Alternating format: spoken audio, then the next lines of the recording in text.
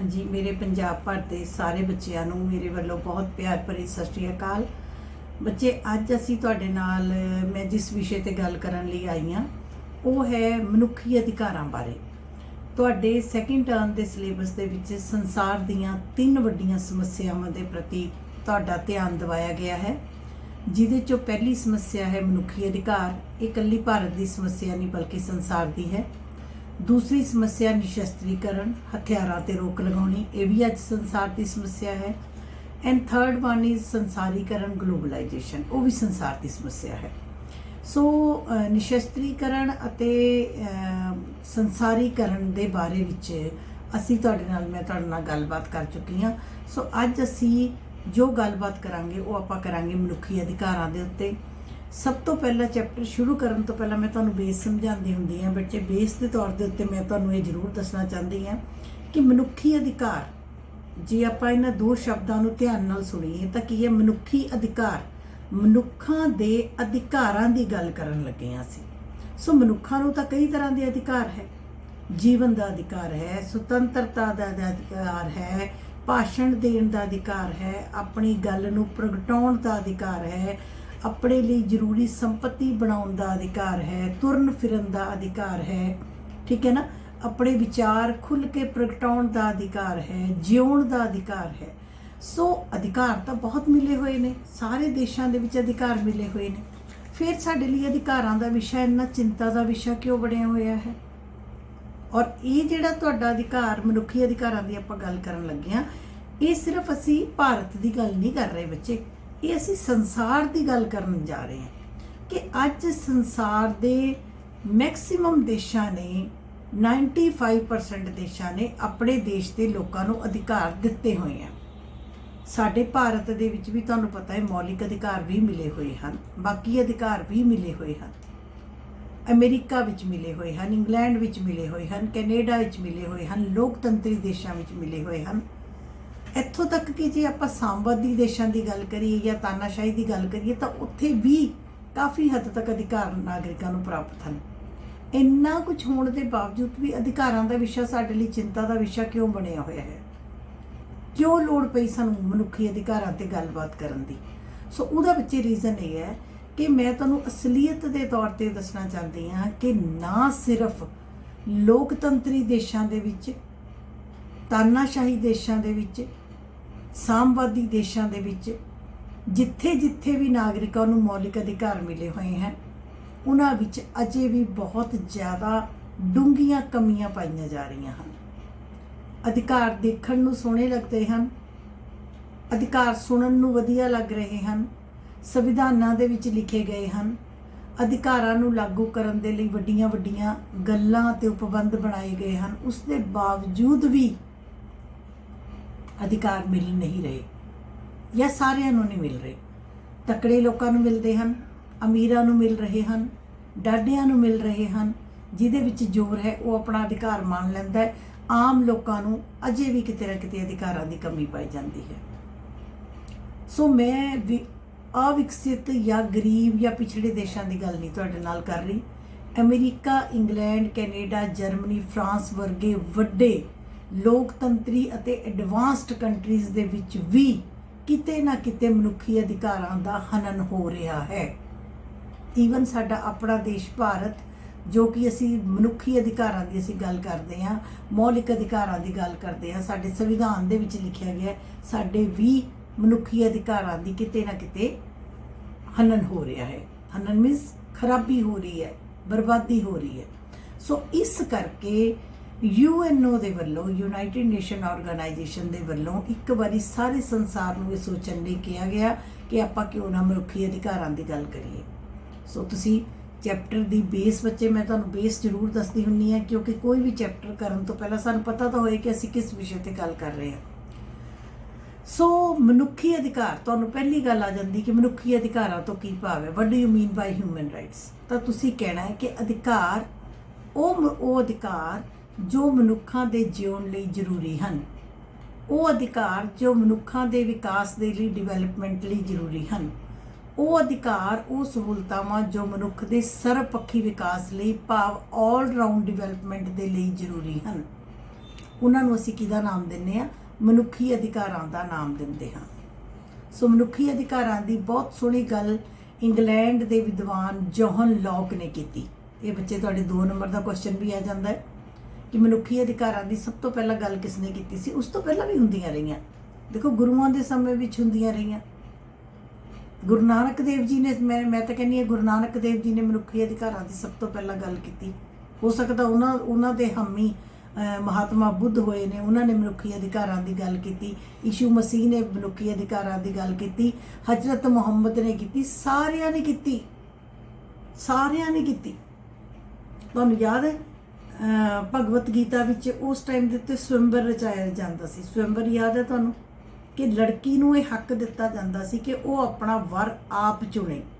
ਦ੍ਰੋਪਦੀ ਜੀ ਨੇ ਆਪਣਾ ਵਰ ਆਪ ਚੁਣਿਆ, ਰਾਮ ਭਗਵਾਨ ਦੇ ਸੀਤਾ ਮਾਤਾ ਨੇ ਆਪਣਾ ਵਰ ਆਪ ਚੁਣਿਆ। ਉਸ ਸਮੇਂ ਦੇ ਉੱਤੇ ਦੇਖੋ ਇਹ ਅਧਿਕਾਰ ਲੜਕੀਆਂ ਨੂੰ ਦਿੱਤੇ ਜਾਂਦੇ ਸੀ। ਸੋ ਸਾਡੇ ਤਾਂ ਗੁਰੂਆਂ ਪੀਰਾਂ, ਸਾਡੇ ਧਾਰਮਿਕ ਗ੍ਰੰਥਾਂ ਤੋਂ ਹੀ ਆਪਾਂ ਮਨੁੱਖੀ ਅਧਿਕਾਰਾਂ ਦੀ ਗੱਲ ਕਰ ਰਹੇ ਹਾਂ। ਪਰ ਜੇ ਅਸੀਂ ਵੈਸੇ ਗੱਲ ਕਰੀਏ ਤਾਂ ਇੰਗਲੈਂਡ ਦੇ ਵਿਦਵਾਨ ਜੌਨ ਲੌਕ ਨੇ ਸਭ ਤੋਂ ਪਹਿਲਾਂ ਮਨੁੱਖੀ ਅਧਿਕਾਰਾਂ ਦੇ ਉੱਤੇ ਜ਼ੋਰ ਦਿੱਤਾ। ਉਹਨਾਂ ਨੇ 3 ਅਧਿਕਾਰ, ਜੀਵਨ ਦਾ ਅਧਿਕਾਰ, ਸੁਤੰਤਰਤਾ ਦਾ ਅਧਿਕਾਰ ਅਤੇ ਜਾਇਦਾਦ ਦਾ ਅਧਿਕਾਰ, ਠੀਕ ਹੈ, right to life, right to freedom and right to property ਦੀ ਗੱਲ ਕੀਤੀ, ਠੀਕ ਹੈ। ਉਸ ਤੋਂ ਅਗਲੀ ਗੱਲ ਕੀ ਹੈ ਬੱਚੇ ਕਿ ਅਧਿਕਾਰ ਕੀ ਹੁੰਦੇ ਹਨ? ਤੁਸੀਂ +1 ਚ ਵੀ ਪੜ੍ਹਿਆ। What are rights? ਅਧਿਕਾਰ ਉਹ ਸਹੂਲਤਾਵਾਂ ਹਨ ਜਿਨ੍ਹਾਂ ਤੋਂ ਬਿਨਾਂ ਮਨੁੱਖ ਆਪਣੇ ਜੀਵਨ ਦਾ ਪੂਰੀ ਤਰ੍ਹਾਂ ਵਿਕਾਸ ਨਹੀਂ ਕਰ ਸਕਦਾ। ਅਧਿਕਾਰ ਉਹ ਸਹੂਲਤਾਵਾਂ ਹਨ ਜੋ ਮਨੁੱਖ ਦੇ ਸਰਬਪੱਖੀ ਵਿਕਾਸ ਦੇ ਲਈ ਜ਼ਰੂਰੀ ਹਨ। ਅਧਿਕਾਰ ਉਹ ਸੋਹਣੀਆਂ ਉਪਬੰਧ ਨੇ, ਉਹ ਸੋਹਣੀਆਂ ਵਿਵਸਥਾਵਾਂ ਨੇ ਜਿਸ ਦੇ ਨਾਲ ਮਨੁੱਖ ਦਾ ਵਿਅਕਤੀਤਵ ਨਿਖਰ ਕੇ ਬਾਹਰ ਆ ਸਕਦਾ ਹੈ। ਜੇ ਕੋਈ ਲੜਕੀ ਆਪਣਾ ਵਿਅਕਤੀਤਵ ਵਿਕਾਸ ਕਰਨਾ ਚਾਹੁੰਦੀ ਹੈ ਤਾਂ ਉਸ ਨੂੰ ਪੜ੍ਹਨ ਦਾ ਅਧਿਕਾਰ ਹੋਣਾ ਚਾਹੀਦਾ ਹੈ, ਉਸ ਨੂੰ ਸਮਾਜ ਵਿੱਚ ਵਿਚਰਨ ਦਾ ਅਧਿਕਾਰ ਹੋਣਾ ਚਾਹੀਦਾ, ਉਸ ਨੂੰ ਸੁਤੰਤਰਤਾ ਹੋਣੀ ਚਾਹੀਦੀ ਹੈ, ਉਸ ਨੂੰ ਆਪਣੇ ਵਿਚਾਰ ਪ੍ਰਗਟਾਉਣ ਦਾ ਅਧਿਕਾਰ ਹੋਣਾ ਚਾਹੀਦਾ।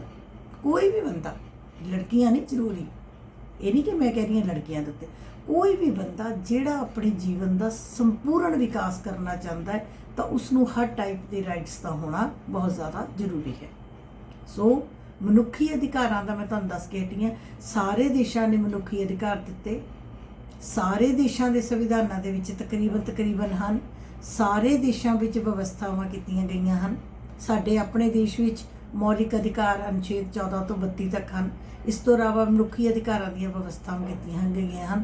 ਪਰ ਇੰਨਾ ਕੁਝ ਹੋਣ ਦੇ ਬਾਵਜੂਦ ਅੱਜ ਵੀ ਸੰਸਾਰ ਦੇ ਵਿੱਚ ਮਨੁੱਖੀ ਅਧਿਕਾਰਾਂ ਦੀ ਕਿਤੇ ਨਾ ਕਿਤੇ ਉਲੰਘਣਾ ਕੀਤੀ ਜਾ ਰਹੀ ਹੈ। ਅਧਿਕਾਰ ਇਹ ਕਹਿੰਦੇ ਹਨ ਕਿ ਇੱਕ ਵਿਅਕਤੀ ਜਿਸ ਨੇ ਕੋਈ ਜ਼ੁਲਮ ਵੀ ਕੀਤਾ ਹੈ, ਜਿਸ ਨੇ ਗਲਤੀ ਵੀ ਕੀਤੀ, ਖੂਨ ਵੀ ਕੀਤਾ, ਵੱਡੇ ਤੋਂ ਵੱਡਾ ਕਤਲੇਆਮ ਕੀਤਾ, ਉਸ ਨੂੰ ਵੀ ਅਧਿਕਾਰ ਇਹ ਕਹਿੰਦੇ ਹਨ ਕਿ ਸਜ਼ਾ ਦਿੱਤੀ ਜਾਵੇ, ਪਰ ਕਾਨੂੰਨ ਦੇ ਨਿਯਮਾਂ ਦੇ ਅਨੁਸਾਰ। ਸਜ਼ਾ ਦੇਣ ਤੋਂ ਪਹਿਲਾਂ ਉਸ ਨੂੰ ਉਸ ਦਾ ਜ਼ੁਲਮ ਦੱਸਿਆ ਜਾਵੇ, ਸਾਬਤ ਕੀਤਾ ਜਾਵੇ, ਉਸ ਨੂੰ ਆਪਣਾ ਵਕੀਲ ਕਰਨ ਦੀ ਖੁੱਲ੍ਹ ਹੋਵੇ। ਤੁਸੀਂ +1 ਦੇ ਵਿੱਚ ਪੜ੍ਹਿਆ ਮੌਲਿਕ ਅਧਿਕਾਰਾਂ 'ਚ ਕਿ ਜੇ ਕਿਸੇ ਨਾਗਰਿਕ ਨੂੰ ਅਰੈਸਟ ਕੀਤਾ ਜਾਂਦਾ ਤਾਂ ਉਸ ਨੂੰ 24 ਘੰਟੇ ਦੇ ਅੰਦਰ ਅਦਾਲਤ ਸਾਹਮਣੇ ਪੇਸ਼ ਕੀਤਾ ਜਾਂਦਾ ਹੈ। ਉਸ ਨੂੰ ਵਕੀਲ ਕਰਨ ਦੀ ਖੁੱਲ੍ਹ ਦਿੱਤੀ ਜਾਂਦੀ ਹੈ। ਉਸ ਦੇ ਰਿਸ਼ਤੇਦਾਰ ਉਸ ਨੂੰ ਮਿਲ ਸਕਦੇ ਹਨ। ਉਹ ਆਪਣਾ ਪੱਖ ਦੱਸ ਸਕਦਾ ਹੈ, ਆਪਣੀ ਸਫਾਈ ਦੇ ਵਿੱਚ ਕੋਰਟ ਵਿੱਚ ਬੋਲ ਸਕਦਾ ਹੈ, ਆਪਣਾ ਵਕੀਲ ਕਰ ਸਕਦਾ ਹੈ। ਰਾਈਟ ਹੋਣਾ ਚਾਹੀਦਾ।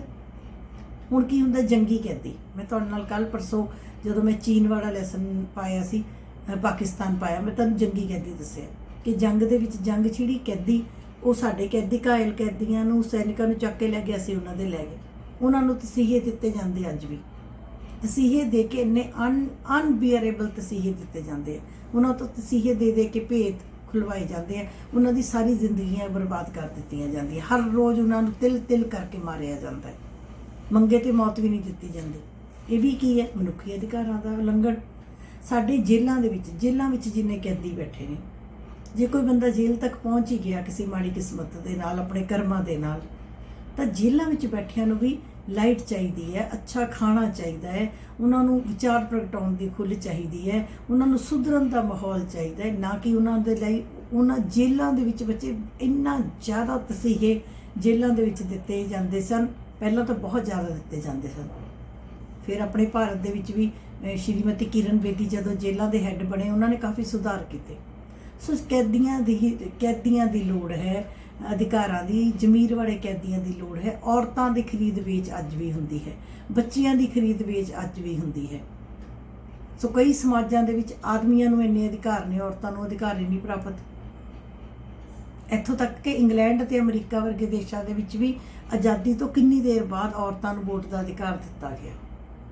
ਸੋ ਮਨੁੱਖੀ ਅਧਿਕਾਰਾਂ ਦਾ ਅੱਜ ਵੀ ਕੁਝ ਦੇਸ਼ਾਂ ਨੇ ਕੁਝ ਐਸੇ ਕਾਨੂੰਨ ਬਣਾਏ ਹੋਏ ਹਨ, ਜਿਨ੍ਹਾਂ ਕਾਨੂੰਨਾਂ ਦੇ ਅਧੀਨ ਜੇ ਕਿਸੇ ਨੂੰ ਅਰੈਸਟ ਕੀਤਾ ਜਾਂਦਾ ਹੈ, ਫੜਿਆ ਜਾਂਦਾ ਹੈ, ਤਾਂ ਉਹਨਾਂ ਦੇ ਉੱਤੇ ਕੋਈ ਨਿਯਮ ਹੀ ਲਾਗੂ ਨਹੀਂ ਹੁੰਦੇ। ਜਿਵੇਂ ਆਪਣੇ ਸਾਡੇ ਕੰਟਰੀ 'ਚ ਵੀ ਹੈ, ਟਾਡਾ ਦੇ ਅੰਡਰ ਮੈਂ ਤੁਹਾਨੂੰ ਦੱਸਾਂਗੀ, ਟਾਡਾ ਐਂਡ ਪੋਟਾ, ਇਹ ਕੁਝ ਐਸੇ ਕਾਨੂੰਨ ਨੇ ਜਿਹਦੇ ਅੰਡਰ ਜੇ ਕਿਸੇ ਨਾਗਰਿਕ ਨੂੰ ਅਰੈਸਟ ਕਰ ਲਿਆ ਜਾਂਦਾ ਹੈ ਤਾਂ ਉਸ ਦੇ ਉੱਤੇ ਆਮ ਕੈਦੀ ਵਾਲੇ ਨਿਯਮ ਲਾਗੂ ਹੀ ਨਹੀਂ ਹੁੰਦੇ। ਉਸ ਨੂੰ ਕਿਸੇ ਨੂੰ ਮਿਲਣ ਨਹੀਂ ਦਿੱਤਾ ਜਾਂਦਾ, ਉਹ ਆਪਣਾ ਵਕੀਲ ਨਹੀਂ ਕਰ ਸਕਦਾ, ਉਸ ਦੇ ਬਾਰੇ 'ਚ ਕੋਈ ਟਿਕਾਣਾ ਨਹੀਂ ਦੱਸਿਆ ਜਾਂਦਾ ਕਿ ਉਹਨੂੰ ਕਿੱਥੇ ਰੱਖਿਆ ਜਾ ਰਿਹਾ, ਉਹਨੂੰ ਨਜ਼ਰਬੰਦ ਕਰ ਦਿੱਤਾ ਜਾਂਦਾ ਹੈ, ਕਿਸ ਜੇਲ੍ਹ ਵਿੱਚ ਹੈ, ਕਿੱਥੇ ਹੈ, ਉਹਦੇ ਨਾਲ ਕੀ ਵਿਹਾਰ ਹੋ ਰਿਹਾ ਹੈ, ਉਹ ਸਾਰਾ ਕੁਝ ਸੀਕ੍ਰੇਟ ਰੱਖਿਆ ਜਾਂਦਾ ਹੈ। ਉਹ ਵੀ ਮਨੁੱਖੀ ਅਧਿਕਾਰਾਂ ਦਾ ਉਲੰਘਣ ਹੈ। ਕਹਿਣ ਤੋਂ ਭਾਵ ਹੈ ਕਿ ਮਨੁੱਖੀ ਅਧਿਕਾਰਾਂ ਦਾ ਉਲੰਘਣ ਜੋ ਹੈ ਬੱਚੇ, ਇਹ ਇੱਕ ਅੱਜ ਸੰਸਾਰ ਦਾ, ਨਾ ਸਿਰਫ ਭਾਰਤ ਦਾ ਬਲਕਿ ਸੰਸਾਰ ਦਾ ਇੱਕ ਮੁੱਦਾ ਬਣਿਆ ਹੋਇਆ ਹੈ। ਠੀਕ ਹੈ ਜੀ। ਸੋ ਤੁਹਾਨੂੰ ਕੁਐਸਚਨ ਦੇ ਪੁਆਇੰਟ ਆਫ ਵਿਊ ਤੋਂ ਤੁਹਾਨੂੰ ਆ ਸਕਦਾ ਹੈ ਮਨੁੱਖੀ ਅਧਿਕਾਰ ਕਿਸ ਨੂੰ ਕਿਹਾ ਜਾਂਦਾ ਹੈ। ਮਨੁੱਖੀ ਅਧਿਕਾਰਾਂ ਦੀ ਸ਼੍ਰੇਣੀ ਵਿੱਚ ਕਿਹੜੇ-ਕਿਹੜੇ ਅਧਿਕਾਰ ਆਉਂਦੇ ਹਨ, ਕਿਹੜੇ-ਕਿਹੜੇ ਆਉਂਦੇ ਹਨ, ਤੁਸੀਂ ਸਾਰੇ ਲਿਖਣੇ। ਜੀਵਨ ਦਾ ਅਧਿਕਾਰ, ਸੁਤੰਤਰਤਾ ਦਾ ਅਧਿਕਾਰ, ਵਿਚਾਰ ਪ੍ਰਗਟਾਉਣ ਦਾ ਅਧਿਕਾਰ, ਜਾਇਦਾਦ ਦਾ ਅਧਿਕਾਰ, ਆਪਣੇ ਜ਼ਮੀਰ ਨੂੰ ਮੰਨਣ ਦਾ ਅਧਿਕਾਰ, ਠੀਕ ਹੈ, ਆਪਣੇ ਸਵੈਮਾਨ ਨੂੰ ਬਚਾਉਣ ਦਾ ਅਧਿਕਾਰ, ਸਿੱਖਿਆ ਦਾ ਅਧਿਕਾਰ, ਰੋਜ਼ੀ ਰੋਟੀ ਕਮਾਉਣ ਦਾ ਅਧਿਕਾਰ, ਛੁੱਟੀਆਂ ਦਾ ਅਧਿਕਾਰ, ਇਹ ਸਾਰੇ ਸਾਡੇ ਅਧਿਕਾਰ ਨੇ ਬੱਚੇ। ਠੀਕ ਹੈ। ਰਾਜਨੀਤਿਕ ਅਧਿਕਾਰ ਅਲੱਗ ਨੇ, ਜਿਵੇਂ ਰਾਜਨੀਤਿਕ ਅਧਿਕਾਰ ਨੇ, ਵੋਟ ਪਾਉਣ ਦਾ ਅਧਿਕਾਰ ਹੈ, ਵਿਚਾਰ ਪ੍ਰਗਟਾਉਣ ਦਾ ਹੈ, ਸਰਕਾਰ ਦੇ ਗਲਤ ਕੰਮਾਂ ਦੀ ਆਲੋਚਨਾ ਦਾ ਅਧਿਕਾਰ ਹੈ। ਠੀਕ ਹੈ। ਸਰਕਾਰ ਦੇ ਕੰਮਾਂ ਵਿੱਚ ਭਾਗ ਲੈਣ ਦਾ ਅਧਿਕਾਰ ਹੈ, ਰਾਜਨੀਤਿਕ ਦਲ ਬਣਾਉਣ ਦਾ ਅਧਿਕਾਰ ਹੈ, ਰਾਜਨੀਤਿਕ ਅਧਿਕਾਰ ਨੇ। ਇਸ ਤੋਂ ਇਲਾਵਾ ਅਸੀਂ ਸਮਾਜ ਵਿੱਚ ਵਿਚਰ ਸਕਦੇ ਹਾਂ, ਘੁੰਮ ਫਿਰ ਸਕਦੇ ਹਾਂ, ਆਪਣੇ ਵਿਆਹ ਕਰਾ ਸਕਦੇ ਹਾਂ, ਆਪਣੀ ਫੈਮਿਲੀ ਬਣਾ ਸਕਦੇ ਹਾਂ, ਆਪਣਾ ਨਿਵਾਸ ਸਥਾਨ ਬਣਾ ਸਕਦੇ ਹਾਂ, ਆਪਣਾ ਘਰ ਬਣਾ ਸਕਦੇ ਹਾਂ, ਆਪਣੇ ਲਈ ਜ਼ਰੂਰੀ ਤਰੀਕੇ ਨਾਲ ਜਾਇਦਾਦ ਬਣਾ ਸਕਦੇ ਹਾਂ। ਸਭ ਤੋਂ ਵੱਡੀ ਗੱਲ, ਜਦੋਂ ਸਾਨੂੰ ਕੁਝ ਗਲਤ ਲੱਗਦਾ ਹੈ ਤਾਂ ਅਸੀਂ ਉਸ ਗਲਤ ਦੇ ਖਿਲਾਫ ਬੋਲ ਸਕਦੇ ਹਾਂ। ਸਾਨੂੰ ਸੁਤੰਤਰਤਾ ਹੋਵੇ, ਸਾਨੂੰ ਜਿਉਣ ਦੀ ਸੁਤੰਤਰਤਾ ਹੋਵੇ, ਸਾਨੂੰ ਵਿਚਾਰ ਪ੍ਰਗਟਾਉਣ ਦੀ ਸੁਤੰਤਰਤਾ ਹੋਵੇ, ਸਾਨੂੰ ਗਲਤ ਕੰਮ ਦੇ ਖਿਲਾਫ ਬੋਲਣ ਦੀ ਸੁਤੰਤਰਤਾ ਹੋਵੇ। ਇਹ ਸਾਰੇ ਕੀ ਹਨ? ਸਾਡੇ ਮਨੁੱਖੀ ਅਧਿਕਾਰ ਹਨ। ਠੀਕ ਹੈ ਜੀ। ਸੋ ਤੁਹਾਨੂੰ ਕੁਐਸਚਨ ਦੇ ਪੇਪਰ ਦੇ ਪੁਆਇੰਟ ਆਫ ਵਿਊ ਤੋਂ ਜਦੋਂ ਮੈਂ ਤੁਹਾਨੂੰ ਲੈਕਚਰ ਪਾ ਰਹੀ ਹਾਂ ਬੱਚੇ, ਤਾਂ ਮਨੁੱਖੀ ਅਧਿਕਾਰ ਕਿਸ ਨੂੰ ਕਿਹਾ ਜਾਂਦਾ ਹੈ ਮੈਂ ਦੱਸ ਚੁੱਕੀ ਹਾਂ। ਮਨੁੱਖੀ ਅਧਿਕਾਰਾਂ ਦੀ ਸ਼੍ਰੇਣੀ ਵਿੱਚ ਕਿਹੜੇ-ਕਿਹੜੇ ਅਧਿਕਾਰ ਆਉਂਦੇ ਨੇ, ਇਹ ਬੱਚੇ ਹੁਣ ਮੈਂ ਤੁਹਾਡੇ ਨਾਲ ਡਿਸਕਸ ਕੀਤਾ ਹੈ। ਠੀਕ ਹੈ ਜੀ। ਅੱਗੇ ਆਪਾਂ ਕਰਾਂਗੇ ਸੰਯੁਕਤ ਰਾਸ਼ਟਰ ਸੰਘ ਅਤੇ ਮਨੁੱਖੀ ਅਧਿਕਾਰ। ਤੁਸੀਂ ਨੋਟ ਕਰ ਲਓ, UNO ਐਂਡ ਹਿਊਮਨ ਰਾਈਟਸ। ਹੁਣ ਬੱਚੇ UNO ਕੀ ਹੈ? United nations organisation. UNO ਕੀ ਹੈ? ਸੰਸਾਰ ਦੀ ਸਭ ਤੋਂ ਵੱਡੀ ਸੰਸਥਾ ਹੈ। ਤੁਹਾਡੇ ਸਿਲੇਬਸ ਵਿੱਚ ਹੈ, ਤੁਸੀਂ ਪੜ੍ਹ ਚੁੱਕੇ ਹੋ, ਮੈਂ ਵੀ ਤੁਹਾਨੂੰ ਕਰਵਾਈ ਹੈ। 193 ਦੇਸ਼ ਇਹਦੇ ਮੈਂਬਰ ਹਨ। ਤਕਰੀਬਨ ਸੰਸਾਰ ਦਾ ਕੋਈ ਦੇਸ਼ ਹੈ ਜਿਹੜਾ ਇਹਦਾ ਮੈਂਬਰ ਨਹੀਂ, ਬਾਕੀ ਸਾਰੇ ਇਹਦੇ ਮੈਂਬਰ ਹਨ। ਸੋ ਸੰਯੁਕਤ ਰਾਸ਼ਟਰ ਦਾ ਜਨਮ ਤੀਜੇ ਵਿਸ਼ਵ ਯੁੱਧ ਨੂੰ ਰੋਕਣ ਲਈ ਹੋਇਆ ਸੀ, ਸੰਸਾਰ ਵਿੱਚ ਸ਼ਾਂਤੀ ਤੇ ਭਾਈਚਾਰਾ ਬਣਾਉਣ ਲਈ ਹੋਇਆ ਸੀ। ਪਰ ਸੰਯੁਕਤ ਰਾਸ਼ਟਰ ਸੰਘ ਨੇ ਸਿਰਫ ਇੰਨਾ ਹੀ ਕੰਮ ਨਹੀਂ ਕੀਤਾ, ਬਲਕਿ ਉਸਨੇ ਬਹੁਤ ਕੰਮ ਕੀਤੇ ਹਨ। ਸੰਯੁਕਤ ਰਾਸ਼ਟਰ ਦੀਆਂ ਏਜੰਸੀਆਂ ਮਜ਼ਦੂਰਾਂ ਲਈ ਕੰਮ ਕਰ ਰਹੀਆਂ ਹਨ, ਔਰਤਾਂ ਲਈ ਕਰ ਰਹੀਆਂ ਹਨ, ਬੱਚਿਆਂ ਲਈ ਕਰ ਰਹੀਆਂ ਹਨ, ਗਰੀਬ ਦੇਸ਼ਾਂ ਲਈ ਕਰ ਰਹੀਆਂ ਹਨ, ਪਿਛੜੇ ਦੇਸ਼ਾਂ ਲਈ ਕਰ ਰਹੀਆਂ ਹਨ, ਜਿਹੜੇ ਦੇਸ਼ ਆਪਣੀ ਸੁਰੱਖਿਆ ਨਹੀਂ ਕਰ ਸਕਦੇ ਉਹਨਾਂ ਲਈ ਕੰਮ ਕਰ ਰਹੀਆਂ ਹਨ, ਦਵਾਈਆਂ ਦਾ ਕੰਮ ਕਰ ਰਹੀਆਂ ਹਨ, ਸਿਹਤ ਦਾ ਕੰਮ ਕਰ ਰਹੀਆਂ ਹਨ, ਸਿੱਖਿਆ ਦਾ ਕੰਮ ਕਰ ਰਹੀਆਂ ਹਨ। ਸੋ ਇਸੇ ਤਰੀਕੇ ਦੇ ਨਾਲ ਸੰਯੁਕਤ ਰਾਸ਼ਟਰ ਸੰਘ ਨੇ ਸਭ ਤੋਂ ਪਹਿਲਾਂ, ਨੋਟ ਕਰੋ, 10 ਦਸੰਬਰ 1948, ਨੋਟ ਕਰੋ ਬੇਟੇ, 10 ਦਸੰਬਰ 1948 ਨੂੰ ਸੰਯੁਕਤ ਰਾਸ਼ਟਰ ਨੇ ਮਨੁੱਖੀ ਅਧਿਕਾਰਾਂ ਨੂੰ ਬਚਾਉਣ ਦੇ ਲਈ ਇੱਕ declaration of human rights, note ਕਰ ਲਓ, ਮਨੁੱਖੀ ਅਧਿਕਾਰਾਂ ਦੀ ਸਰਵ ਵਿਆਪੀ ਘੋਸ਼ਣਾ, universal declaration of human rights. 10 ਦਸੰਬਰ 1948 ਨੂੰ ਇਹ ਘੋਸ਼ਣਾ UNO ਨੇ ਕੀਤੀ, UNO ਨੇ ਕੀਤੀ। ਔਰ ਇਹ ਕਿਹਾ ਕਿ ਇਹ ਜੋ ਅਧਿਕਾਰਾਂ ਦੀ, ਅਸੀਂ ਮਨੁੱਖੀ ਅਧਿਕਾਰਾਂ ਦੀ ਗੱਲ ਕਰ ਰਹੇ ਹਾਂ, ਸਾਡੇ ਸਾਰੇ ਮੈਂਬਰ ਦੇਸ਼ ਇਹਨਾਂ ਮਨੁੱਖੀ ਅਧਿਕਾਰਾਂ ਨੂੰ ਆਪਣੇ ਆਪਣੇ ਦੇਸ਼ ਦੇ ਵਿੱਚ ਲਾਗੂ ਕਰਨ। ਜਿਵੇਂ ਗਵਰਨਮੈਂਟ ਇੱਕ ਨਿਯਮ ਪਾਸ ਕਰਦੀ ਹੈ, ਉਹ ਕਹਿੰਦੀ ਹੈ ਕਿ ਸਾਰੇ ਆਪਣੇ ਲਾਗੂ ਕਰਨ। ਕੇਂਦਰੀ ਸਰਕਾਰ ਕਾਨੂੰਨ ਬਣਾਉਂਦੀ ਹੈ, ਸਾਰੇ ਰਾਜ ਲਾਗੂ ਕਰਨ। ਠੀਕ ਇਸੇ ਤਰੀਕੇ ਨਾਲ UNO ਨੇ 10 ਦਸੰਬਰ 1948 ਨੂੰ ਮਨੁੱਖੀ ਅਧਿਕਾਰਾਂ ਦੀ ਘੋਸ਼ਣਾ ਕੀਤੀ ਔਰ ਘੋਸ਼ਣਾ ਕਰਕੇ ਇਹ ਗੱਲ ਕਹੀ ਕਿ ਸਾਰੇ ਦੇਸ਼ ਜਿਹੜੇ ਹਨ, ਮੇਰੇ 193 ਦੇ 93 ਦੇਸ਼, ਇਹਨਾਂ ਮਨੁੱਖੀ ਅਧਿਕਾਰਾਂ ਨੂੰ ਆਪਣੇ ਆਪਣੇ ਦੇਸ਼ ਦੇ ਵਿੱਚ ਲਾਗੂ ਕਰਨ। ਇਸ ਤੋਂ ਇਲਾਵਾ ਅਗਲਾ ਪੁਆਇੰਟ ਤੁਸੀਂ ਲਿਖ ਲਓ ਕਿ ਮਨੁੱਖੀ ਅਧਿਕਾਰ ਦਿਵਸ ਹਰ ਸਾਲ 10 ਦਸੰਬਰ ਨੂੰ ਮਨਾਇਆ ਜਾਂਦਾ ਹੈ। We celebrate Human Rights Day every year on 10th December। ਇਹ ਬੱਚੇ ਤੁਹਾਡਾ ਜਨਰਲ ਨੌਲੇਜ ਦਾ ਕੁਐਸਚਨ ਹੈ। 2 ਨੰਬਰ ਦੇ ਕੁਐਸਚਨ 'ਚ ਵੀ ਆ ਸਕਦਾ ਹੈ ਕਿ UNO ਨੇ ਮਨੁੱਖੀ ਅਧਿਕਾਰਾਂ ਦੀ ਘੋਸ਼ਣਾ ਕਦੋਂ ਕੀਤੀ, ਤੇ ਨਾਲ ਹੀ ਤੁਹਾਨੂੰ ਕੁਐਸਚਨ ਆ ਸਕਦਾ ਹੈ ਮਨੁੱਖੀ ਅਧਿਕਾਰ ਦਿਵਸ ਹਰ ਸਾਲ ਕਦੋਂ ਮਨਾਇਆ ਜਾਂਦਾ ਹੈ। ਕਈ ਬੱਚੇ ਲਿਖ ਦਿੰਦੇ 10 ਦਸੰਬਰ 1948। ਹੁਣ 1948 ਤਾਂ ਬੱਚੇ ਇੱਕ ਵਾਰੀ ਹੋਇਆ ਨਾ, ਘੋਸ਼ਣਾ ਕਦੋਂ ਹੋਈ? 10 ਦਸੰਬਰ 1948 ਨੂੰ। ਮਨੁੱਖੀ ਅਧਿਕਾਰ ਦਿਵਸ ਕਦੋਂ ਮਨਾਇਆ ਜਾਂਦਾ ਹੈ? 10 ਦਸੰਬਰ ਨੂੰ। ਹਰ ਸਾਲ 10 ਦਸੰਬਰ ਨੂੰ ਮਨਾਇਆ ਜਾਂਦਾ ਹੈ। ਇਹ ਕਿਹਨੇ ਕਿਹਾ? UNO ਨੇ ਕਿਹਾ। ਅੱਗੇ ਇੱਕ ਹੋਰ ਚੀਜ਼ ਨੋਟ ਕਰੋ ਕਿ UNO ਨੇ ਆਪਣੇ ਪੱਧਰ ਤੇ ਇਸਤਰੀਆਂ ਲਈ, ਬੱਚਿਆਂ ਲਈ, ਘੱਟ ਗਿਣਤੀ ਲੋਕਾਂ ਦੇ ਲਈ, ਪਿਛੜੇ ਦੇਸ਼ਾਂ ਦੇ ਲੋਕਾਂ ਦੇ ਲਈ, ਗਰੀਬ ਦੇਸ਼ਾਂ ਦੇ ਲੋਕਾਂ ਦੇ ਲਈ ਵੱਖ-ਵੱਖ ਤਰ੍ਹਾਂ ਦੇ ਮਨੁੱਖੀ ਅਧਿਕਾਰਾਂ ਦਾ ਪ੍ਰਬੰਧ ਕੀਤਾ। ਉਹ ਕਹਿੰਦੇ ਇਸਤਰੀਆਂ ਨੇ, ਅਨਾਥ ਬੱਚੇ ਹੈ, ਬੇਸਹਾਰਾ ਬੱਚੇ ਹੈ, ਗਰੀਬ ਦੇਸ਼ਾਂ ਦੇ ਬੱਚੇ ਹਨ, ਘੱਟ ਗਿਣਤੀਆਂ ਨੇ। ਘੱਟ ਗਿਣਤੀਆਂ ਮੈਨੇ ਜਿਹੜੇ ਦੂਜੇ ਦੇ ਮੁਕਾਬਲੇ 'ਚ ਘੱਟ ਨੇ, ਗਰੀਬ ਦੇਸ਼ ਨੇ, ਕਮਜ਼ੋਰ ਦੇਸ਼ ਨੇ, ਜਿੱਥੇ ਲੋਕਾਂ ਕੋਲ ਪੈਸਾ ਨਹੀਂ ਹੈ, ਹਲੇ ਲੋਕਾਂ ਕੋਲ ਉਨੀ ਜ਼ਿਆਦਾ ਫੈਸਿਲਿਟੀਜ਼ ਨਹੀਂ ਹੈ, ਪਰ ਅਧਿਕਾਰ ਉਹਨਾਂ ਸਾਰਿਆਂ ਨੂੰ ਅਧਿਕਾਰ ਮਿਲਣੇ ਚਾਹੀਦੇ ਹਨ। ਹੁਣ ਤੁਸੀਂ ਕਰੋਨਾ 'ਚ ਵੀ ਦੇਖੋ, ਜਿੰਨੇ ਬੱਚੇ ਜਿਨ੍ਹਾਂ ਦੇ ਪੇਰੈਂਟਸ ਕਰੋਨਾ ਦੇ ਵਿੱਚ ਮਾਂ ਪਿਓ ਦੋਨੋਂ ਮਰ ਗਏ ਜਾਂ ਮਾਂ ਜਾਂ ਪਿਤਾ ਵਿੱਚੋਂ ਇੱਕ ਮਰ ਗਿਆ, ਉਹਨਾਂ ਦੇ ਲਈ ਕਈ ਏਜੰਸੀਜ਼ ਨੇ ਕੰਮ ਕਰਨਾ ਸ਼ੁਰੂ ਕੀਤਾ। UNO ਦੇ ਅੰਡਰ ਵੀ ਤੇ ਕਈ ਹੋਰ ਏਜੰਸੀਆਂ ਵੀ ਕੰਮ ਕਰ ਰਹੀਆਂ, ਬੱਚੇ ਜਿਹੜੇ ਅਨਾਥ ਹੋ ਗਏ। ਕਰੋਨਾ ਕਾਲ 'ਚ ਤੁਸੀਂ ਦੇਖਿਆ ਕਿ ਕਿੰਨੀਆਂ ਦਵਾਈਆਂ WHO ਵਰਲਡ ਹੈਲਥ ਆਰਗੇਨਾਈਜੇਸ਼ਨ ਵੱਲੋਂ ਆਈਆਂ। ਇਹ ਵੀ UNO ਦੀ ਸੰਸਥਾ ਹੈ। ਸੋ UNO ਕੰਮ ਕਰਦਾ ਹੈ।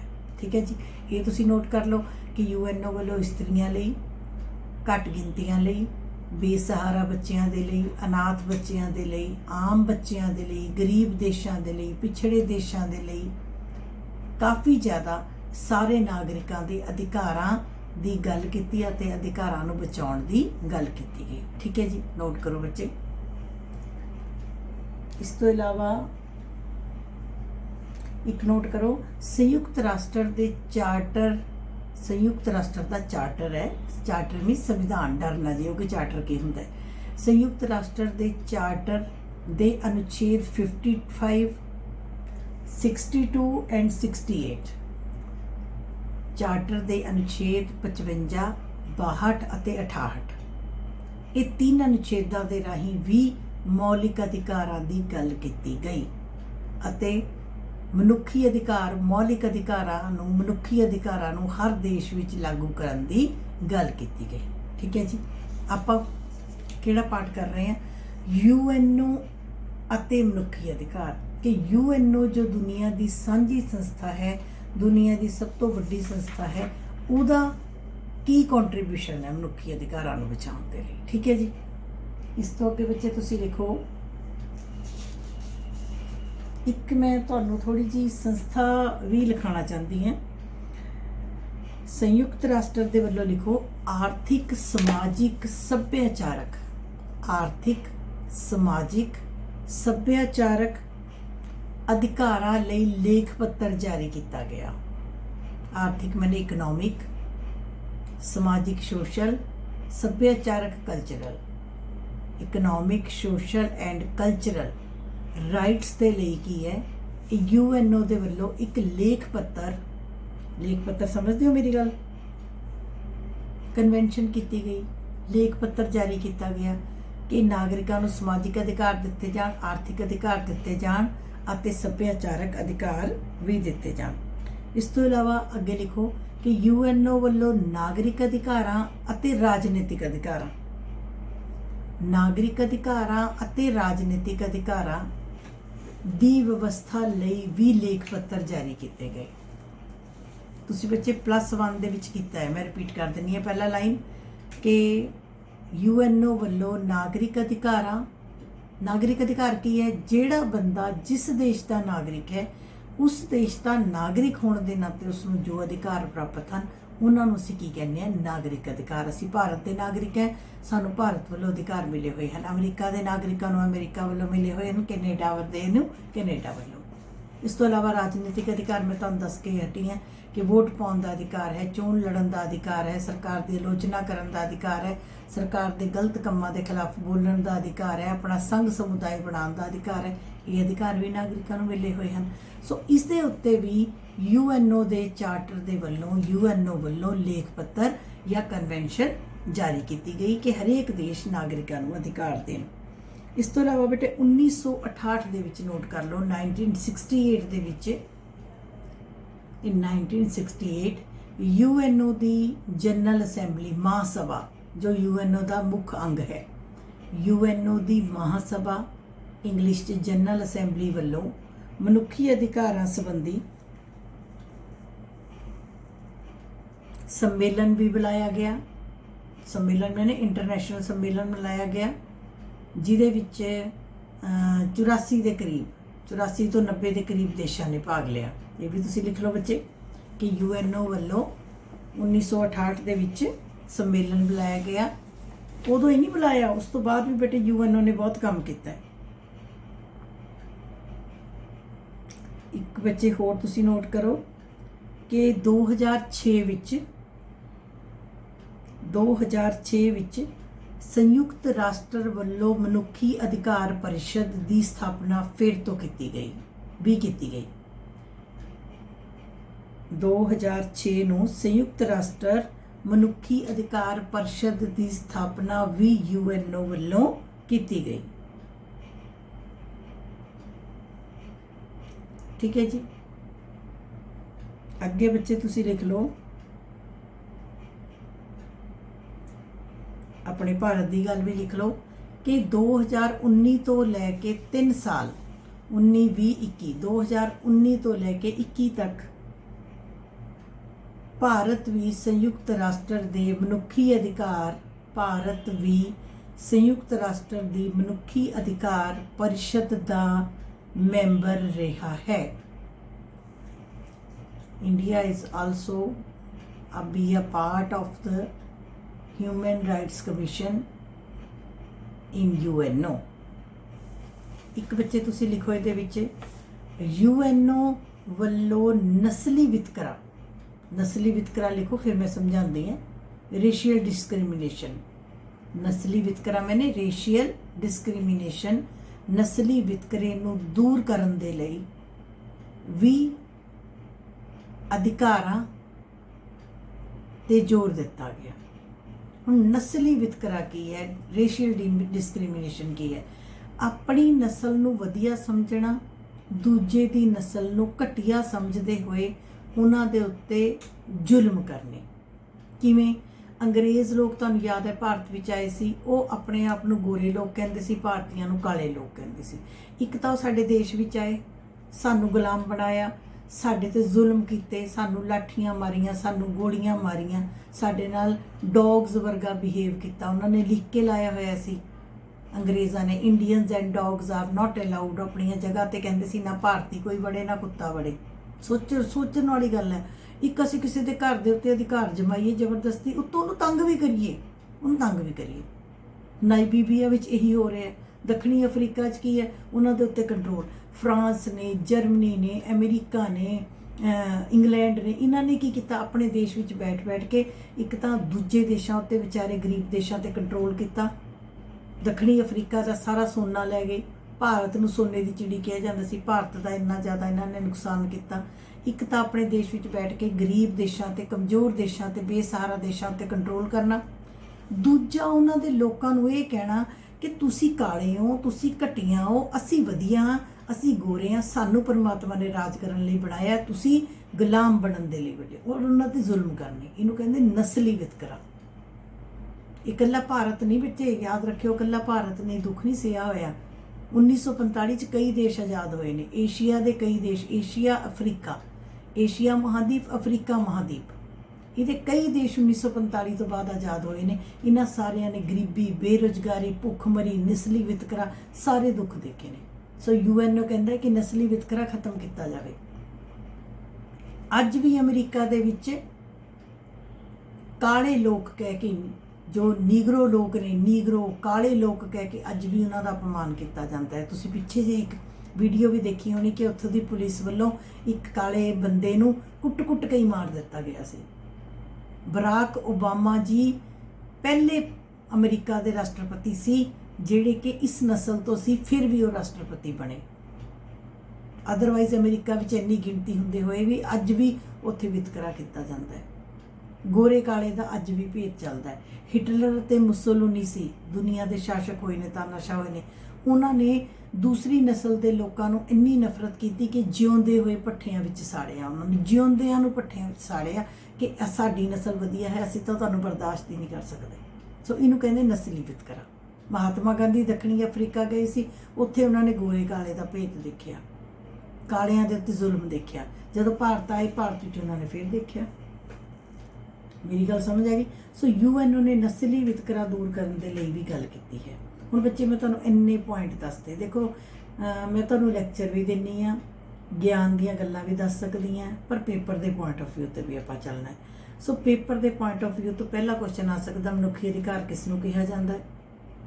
ਦੂਸਰਾ ਕੁਐਸਚਨ ਆ ਸਕਦਾ, ਮਨੁੱਖੀ ਅਧਿਕਾਰਾਂ ਦੀ ਸ਼੍ਰੇਣੀ ਵਿੱਚ ਕਿਹੜੇ-ਕਿਹੜੇ ਅਧਿਕਾਰ ਆਉਂਦੇ ਹਨ, ਮੈਂ ਦੱਸਦਾ ਹੈ। ਤੀਸਰਾ ਤੁਹਾਨੂੰ ਵੱਡਾ ਕੁਐਸਚਨ ਆ ਸਕਦਾ 4 ਨੰਬਰ ਦਾ, ਸੰਯੁਕਤ ਰਾਸ਼ਟਰ ਸੰਘ ਦਾ ਮਨੁੱਖੀ ਅਧਿਕਾਰਾਂ ਨੂੰ ਬਚਾਉਣ ਵਿੱਚ ਕੀ ਯੋਗਦਾਨ ਹੈ, ਜਾਂ ਸੰਯੁਕਤ ਰਾਸ਼ਟਰ ਸੰਘ ਮਨੁੱਖੀ ਅਧਿਕਾਰਾਂ ਬਾਰੇ ਕੀ ਕਰ ਰਿਹਾ ਹੈ। ਇਹ ਸਾਰੇ ਪੁਆਇੰਟ 1948 ਬਾਰੇ ਘੋਸ਼ਣਾ, ਇਸਤਰੀਆਂ ਲਈ ਅਧਿਕਾਰ, ਬੱਚਿਆਂ ਲਈ ਅਧਿਕਾਰ, ਕਮਜ਼ੋਰ ਅਤੇ ਬੇਸਹਾਰਾ ਦੇਸ਼ਾਂ ਲਈ ਅਧਿਕਾਰ, ਠੀਕ ਹੈ, ਤਸੀਹੇ ਨਾ ਦੇਣ ਵਾਲੇ ਕਾਨੂੰਨਾਂ ਦੇ ਬਾਰੇ 'ਚ ਗੱਲਬਾਤ ਕਰਨੀ। ਇਸ ਤੋਂ ਇਲਾਵਾ ਸੰਮੇਲਨ ਬਣਾਉਣੇ, ਨਾਗਰਿਕਾਂ ਨੂੰ ਆਰਥਿਕ ਅਧਿਕਾਰ, ਰਾਜਨੀਤਿਕ ਅਧਿਕਾਰ, ਸਮਾਜਿਕ ਅਧਿਕਾਰ, ਸੱਭਿਆਚਾਰਕ ਅਧਿਕਾਰ ਦੇਣੇ। ਇਹ UN ਨੇ ਵੱਖ-ਵੱਖ ਸਮੇਂ ਤੇ ਸੰਮੇਲਨ ਬੁਲਾਏ, ਆਪਣੇ ਸਾਰੇ ਦੇਸ਼ਾਂ ਨੂੰ ਕਿਹਾ ਕਿ ਇਹਨਾਂ ਅਧਿਕਾਰਾਂ ਨੂੰ ਆਪਣੇ ਆਪਣੇ ਦੇਸ਼ ਦੇ ਵਿੱਚ ਲਾਗੂ ਕਰਨ। ਨਸਲੀ ਵਿਤਕਰੇ ਦੇ ਖਿਲਾਫ ਗੱਲ ਕੀਤੀ। ਇਹ ਸਾਰੀਆਂ ਚੀਜ਼ਾਂ ਜਿੰਨੀਆਂ ਕਮੇਟੀਆਂ ਬਣਾਈਆਂ, ਇਹ ਸਾਰੀਆਂ ਚੀਜ਼ਾਂ ਕਿਹਦੇ ਅੰਡਰ ਆ ਜਾਣਗੀਆਂ ਕਿ UN ਨੇ ਮਨੁੱਖੀ ਅਧਿਕਾਰਾਂ ਨੂੰ ਬਚਾਉਣ ਦੇ ਲਈ ਕੀ ਕੀ ਕੰਮ ਕੀਤਾ ਹੈ। ਠੀਕ ਹੈ ਜੀ। ਇੱਕ ਛੋਟਾ ਜਿਹਾ ਇਸ ਲੈਸਨ ਦੇ 2 ਭਾਗ ਨੇ।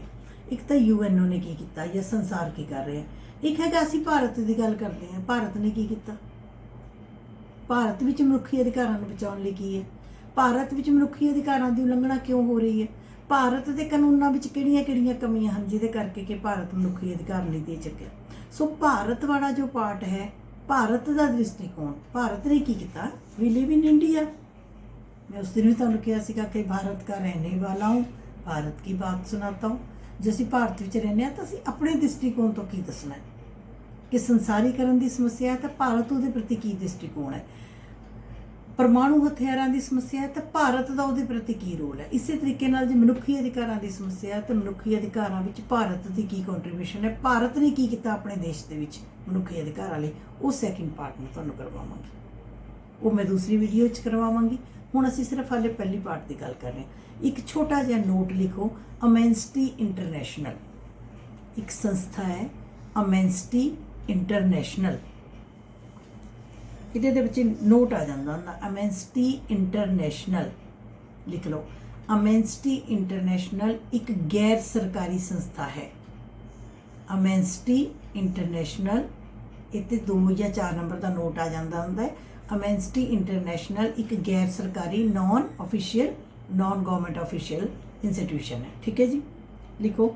ਇਸ ਦੀ ਸਥਾਪਨਾ 1961 ਵਿੱਚ, ਇਸ ਦੀ ਸਥਾਪਨਾ 1961 ਵਿੱਚ ਪੀਟਰ ਬੈਨਨਸਨ ਨਾਮ ਹੈ, ਪੀਟਰ ਬੈਨਨਸਨ।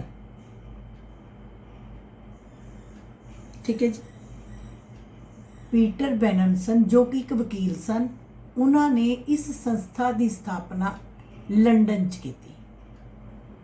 ਹੁਣ ਮੈਂ ਤੁਹਾਨੂੰ ਕੀ ਬੋਲ ਰਹੀ ਹਾਂ, ਅਮੈਂਸਟੀ ਇੰਟਰਨੈਸ਼ਨਲ ਇੱਕ ਸੰਸਥਾ ਹੈ, ਸਰਕਾਰ ਨੇ ਨਹੀਂ ਬਣਾਈ, ਗੈਰ ਸਰਕਾਰੀ ਸੰਸਥਾ ਹੈ। ਇਹਦੇ ਬਣਾਉਣ ਵਾਲੇ ਸੀਗੇ ਪੀਟਰ ਬੈਨਨਸਨ, ਉਹਨਾਂ ਨੇ ਬਣਾਈ। ਕਦੋਂ ਬਣਾਈ? 1961 ਵਿੱਚ ਬਣਾਈ। ਕਿਹੜੇ ਦੇਸ਼ ਵਿੱਚ ਸ਼ੁਰੂ ਕੀਤੀ ਗਈ? ਲੰਡਨ ਦੇ ਵਿੱਚ ਸ਼ੁਰੂ ਕੀਤੀ ਗਈ। ਅਤੇ ਅਮੈਂਸਟੀ ਇੰਟਰਨੈਸ਼ਨਲ ਦਾ ਕੰਮ ਕੀ ਹੈ?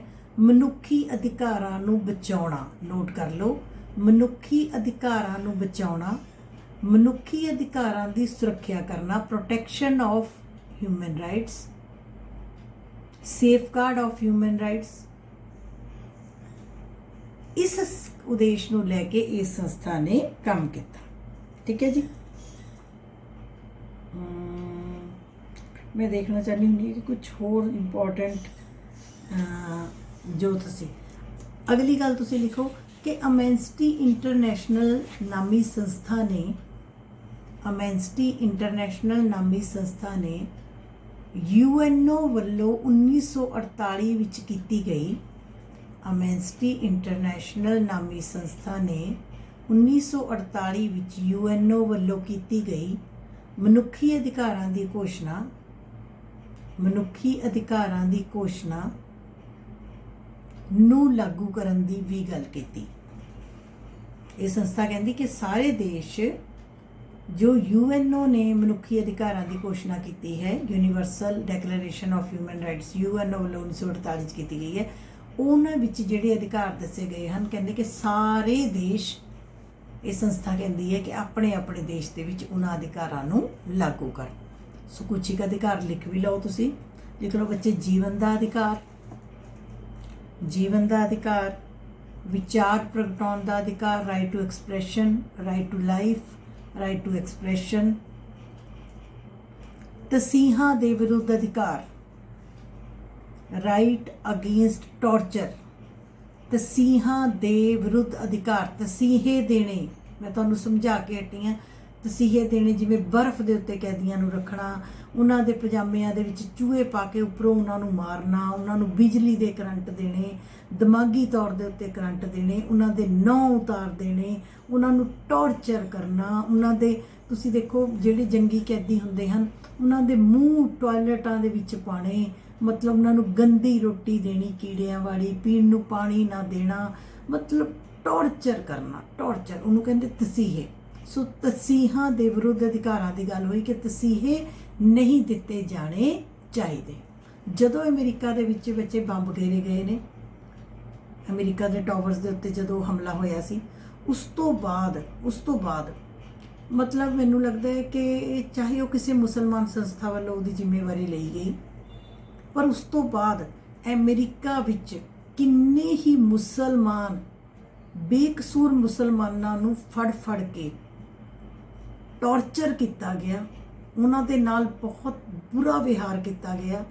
अपने देश भी तुहानूं याद है एक पिक्चर आई सी, my name is Khan, Shahrukh Khan की पिक्चर सी, उहदे शाहरुख खान यही कहता है my name is Khan but I am not a terrorist, कि मैं, मेरा नाम दे पिछे खान है, yes I am a Khan but I am not a terrorist, पर मैं अतवादी नहीं हाँ, क्योंकि सारे ही मुसलमानों नूं अतवादी की निगाह नाल देखा जान लग्या।